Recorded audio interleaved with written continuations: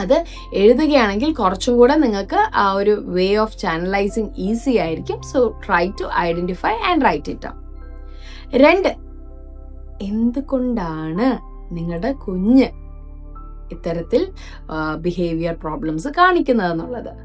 Actually അതൊരു problem ആയിട്ടാണോ അതോ നിങ്ങളുടെ അറ്റൻഷന് വേണ്ടിയിട്ടാണോ കുഞ്ഞത് ചെയ്യുന്നത് എന്നുള്ളത് ഐഡന്റിഫൈ ചെയ്യുക.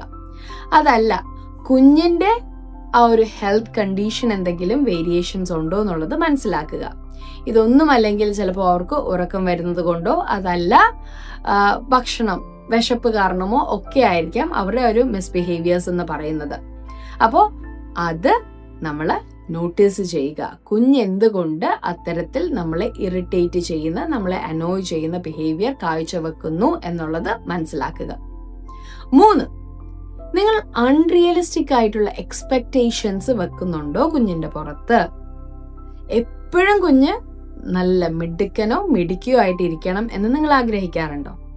കുഞ്ഞിന്റെ ഏജിന് അപ്രോപ്രിയേറ്റ് അല്ലാതെ വളരെ സ്ട്രിക്റ്റ് ആയിട്ട് ഒരു സ്ഥലത്ത് പോയി കഴിഞ്ഞാൽ അവര് വോയിസ് മാനേജ് ചെയ്യുന്നത് മുതൽ അവരുടെ ബിഹേവിയറിനെ വരെ നിങ്ങൾ ക്വസ്റ്റ്യൻ ചെയ്യാറുണ്ടോ?